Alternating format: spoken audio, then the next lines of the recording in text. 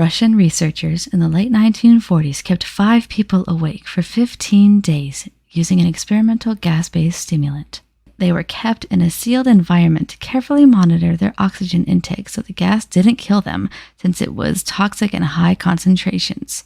This was before closed-circuit cameras, so they had only microphones and 5-inch thick glass porthole-sized windows into the chamber to monitor them.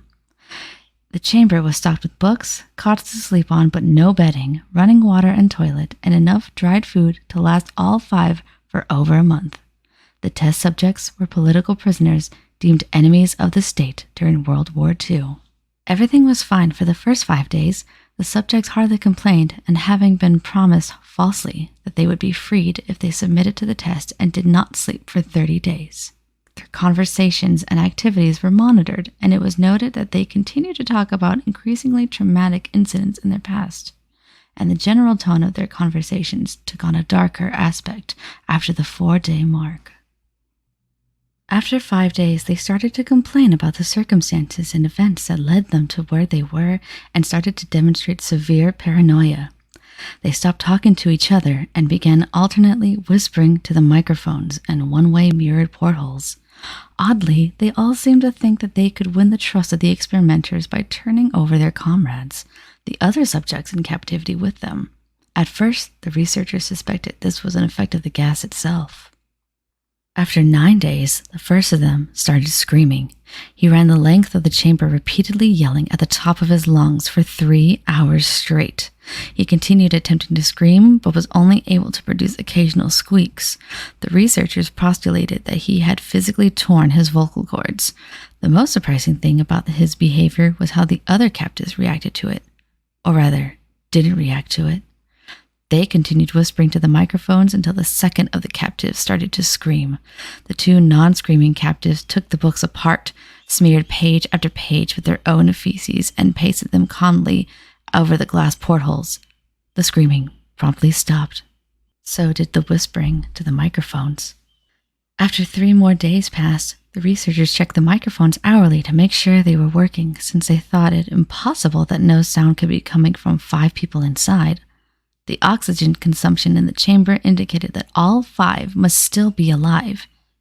In fact, it was the amount of oxygen 5 people would consume at a very heavy level of strenuous exercise. On the morning of the 14th day, the researchers did something they said they would not do to get a reaction from the captives. They used the intercom inside the chamber, hoping to provoke any response from the captives they were afraid were either dead or vegetables. They announced, "We are opening the chamber to test the microphones. Step away from the door and lie flat on the floor, or you will be shot. Compliance will earn one of you your immediate freedom." To their surprise, they heard a single phrase in a calm voice response. "We no longer want to be free." Debate broke out among the researchers and the military forces funding the research. Unable to provoke any more response using the intercom, it was finally decided to open the chamber at midnight on the 15th day. The chamber was flush of the stimulant gas and filled with fresh air, and immediately voices from the microphones began to object. 3 different voices began begging, as if pleading for the life of the loved ones, to turn the gas back on. The chamber was open, and the soldiers sent in to retrieve the test subjects. They began to scream louder than ever, and so did the soldiers when they saw what was inside. 4 of the 5 subjects were still alive, although no one could rightly call the state that any of them in life. The food rations past day 5 had not been so much as touched. There were chunks of meat from the dead test subjects' thighs and chests stuffed into the drain in the center of the chamber, blocking the drain and allowing 4 inches of water to accumulate on the floor. Precisely how much of the water on the floor was actually blood was never determined. All 4 surviving test subjects also had large portions of muscle and skin torn away from their bodies. The destruction of flesh and exposed bone on their fingertips indicated that the wounds were inflicted by hand, not with teeth as the researchers initially thought. Closer examination of the position and angles of the wounds indicated that most of it, if not all of them, were self-inflicted. The abdominal organs below the ribcage of all 4 test subjects had been removed, while the heart, lungs, and diaphragm remained in place. The skin and most of the muscles attached to the ribs had been ripped off, exposing the lungs through the ribcage. All the blood vessels and organs remain intact.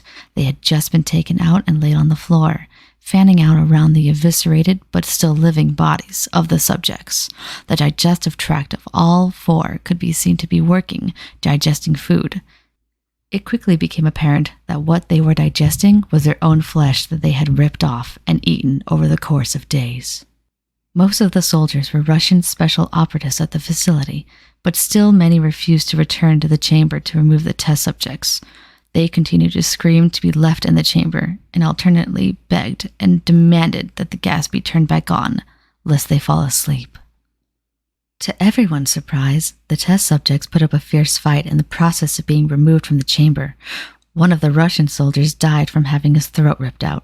Another was gravely injured by having his testicles ripped off and an artery in his leg severed by one of the subject's teeth.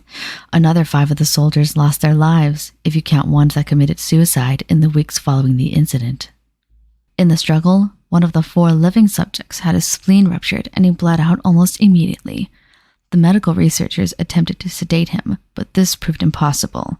He was injected with more than 10 times the human dose of morphine derivative and still fought like a cornered animal, breaking the ribs and arm of one of the doctors. When the heart was seen to beat for a full 2 minutes after he had bled out to the point there was more air in his vascular system than blood. Even after it stopped, he continued to scream and flail for another 3 minutes, struggling to attack anyone in reach, and just repeating the word more over and over, weaker and weaker, until he finally fell silent. Hello, hello, hello, one and all! This is your vocal chameleon here to tell you all about our Patreon. If you'd like to support us and all the content we'd like to bring to you, then our Patreon is the way to do it. Follow the link in the description to help us out and get a load of perks, from joining our Discord to joining us on streams. We've got song downloads, ringtones, and even ASMRs for those who want more intimate interaction with some of the characters we voice here. We know you're growing curiouser and curiouser, so fall down the foxhole and join us for a mad time.